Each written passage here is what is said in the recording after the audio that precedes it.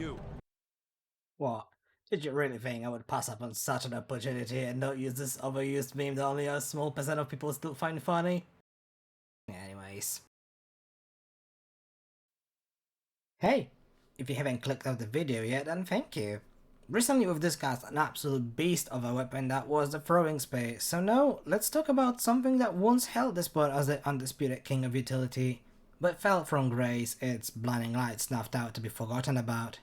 Let's discuss the flash bomb. The flash bomb is a consumable that, after a quote-unquote short priming, you throw and it releases an explosion blinding hunters in about 8 meters range. It will flash anyone hit by the explosion regardless whether they're actively looking towards the explosion or not. Needless to say, these used to be everywhere. In any MMR, pretty much every game you could intuit at least someone running the flash bomb, if not multiple. To the point you physically had to be wearing sunglasses to be able to play the game without straining your eyes too much. In update 1.14, the flash bomb was severely nerfed to the point that they are now essentially removed from the game. In that patch, the bombs have gotten a new counter in form of Bulwark getting a new passive attribute, lowering the full blind duration and no longer giving a confirmation to the thrower that they got a hit. Crytek essentially finna snapped them out of existence with this one, but they decided to go for a double whammy and remove them entirely from being able to be found in match, being from saddlebags, lootable hunters, watchtowers, etc. Now, if you already think that this would effectively kill any use of the flash bomb, you'd be correct. But Crytek went the extra mile to give it a new animation and increase the loudness of its priming, making it take about 4 seconds before you're actually able to throw the thing. This renders you completely defenseless between priming and throwing it. A triple whammy, and hoo boy, they made sure it hit the rock bottom. Nowadays, you literally don't see anyone running those since the counters and negatives outweigh the positives by a long shot. Adding a counter to it was necessary, absolutely, and I think anyone who has seen the flash bomb in action would agree here. And even if not, then just from what it sounds like on paper, it should definitely make you think that if they weren't a little bit too strong beforehand. Giving it 4 seconds between priming and throwing was a little excessive, but anyone who has played the old Hunt would remember that it was absolutely agonizing to play against. Now, finally snapping them out of existence by making it unnotable, yeah, they just mug dumped the poor bastard and spared him no mercy. And I want to do something about it. Now, hold your horses. Before you go typing that angry comment about how absolutely bonkers I must be that I want to buff the flash bomb again, just hear me out. I don't want to bring back the old flash bomb that plagued the game before it was nerfed. Anyone who has played back then would 100% agree that it was too much, it was too powerful, with about no way to counter it if you were caught in the radius. But as it is right now, by all accounts, the bomb could just be outright removed from the game and no one will bat an eye, since it's been so long since anyone used it. I reckon new players don't even know it's there in the game. Hell, when I was doing some testing while writing the voiceover script, I also realized that they're not in shooting range. They don't have their own loot box like all the weapons and tools do. They sure do make they were absolutely gone, huh? So let's make some changes to it. Give it a little bit more oomph where needed, but keeping it within reasonable limits so it doesn't, again become a problem. First of all, we need to address the lack of flash bombs altogether. They should be able to be looted off hunters and still be able to be found in watchtowers and on random spawns. With all the changes we're about to discuss, it's important that we give them a chance. Flash bombs are the only grenade type consumable that are unable to be found during a game, which I feel like is an integral part detecting whether a consumable will see much, if any, used during gameplay. Next up, we need to address counters and countering the flash bomb. While we already have the bulwark, I do feel like that is giving a single pack a little bit too much power, considering it also gives you explosive damage resistance. With that being said, I want to introduce a new pack. For clarity's sake, let's call it Lightborn. Lightborn will carry over the reduced effectiveness from Bulwark, while also additionally giving a small window where your vision isn't completely obstructed but partially distorted, allowing you to still see through, although still at a disadvantage.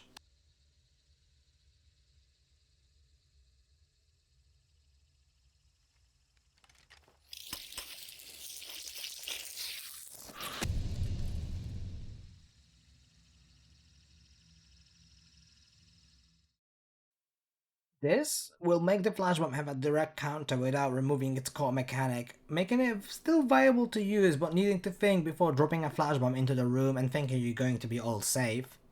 With that alone, I do believe we could bring back flash bomb as a lootable, reverting the snap from update 1.14, but let's keep going.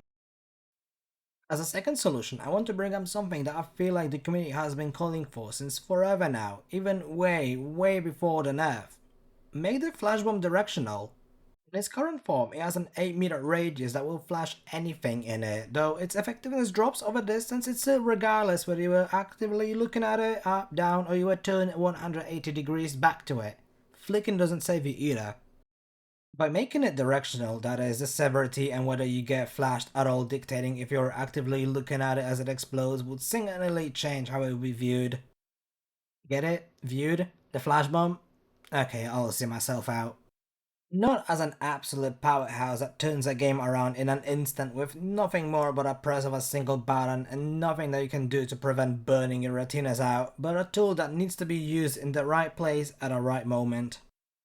I reckon this change alone could be enough to bring the flash bomb back to its pre-nerf stats, but obviously for the sake of everyone's sanity and their eyesight, yeah, let's not do that.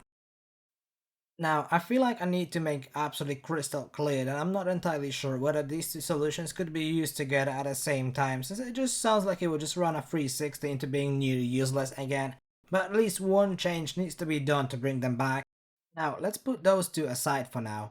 Assuming that some form of either of those changes will be implemented, let's accommodate the flash bomb to better reflect its usability now.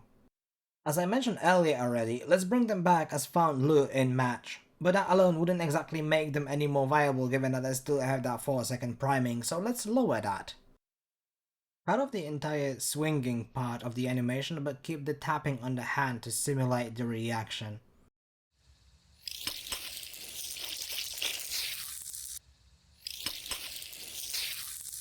This would effectively cut down the moment where you're disabled and defenseless, but allow your enemies to know what's coming and letting them react, though still with a small window of opportunity. Though let's keep the noise it makes as it's priming, cause that's still an amazing change and pretty much necessary in any case. All this will allow the flash bomb to come back as an excellent attacking tool, letting you play more aggressively against shotgun campers, but while still being counterable. Let's also address the absolute pain that the flash itself is, and by that I beg of you, Crytek, please add an option to change the whiteout screen into a blackout one. I'm not going to say that it needs to be a permanent one for all change, but please make it a toggleable option, because I know there are a lot of people who don't mind the flash screen being white, but there's also a lot of folks with photosensitivity who would absolutely love this change. And now a little treat for myself. As some of you might already know, I absolutely hate the Assassin. Not for graphical aesthetic reasons, and I'm not creeped out by it being a swarm of bugs, or that you can see the bugs crawling on your screen if you get hit with one of the clone's explosion as part of its rage attack, and I don't particularly care about that. In fact, hell, I'll admit it, the concept is amazing. Now, what I absolutely despise about this boss is how agonizing it is to play against. Like, every time I see the assassin being one of the targets on the map, it makes me want to go straight to extraction and cry myself to sleep in a corner of the room. As I feel something crawling up on my leg and seeing a bug go up on my arm, as I feel myself being consumed by the never-ending pain of having to deal with this piece of... I think it runs away with the most out of all the bosses, has constant damage reduction to all damage types besides poison and fire, and trying to use a knife on it feels like trying to stab it with a toothpick. Hell, even the speed before it had the damage nerf was hardly dealing any damage to it if it wasn't thrown, and it was still 280 piercing damage. So, since the assassin is essentially a swarm of bugs, we can assume that they don't like bright lights, and seeing how all the labs are usually kept in dark rooms, corners, catacombs and basements, so let's use that in giving flash bombs something more to it.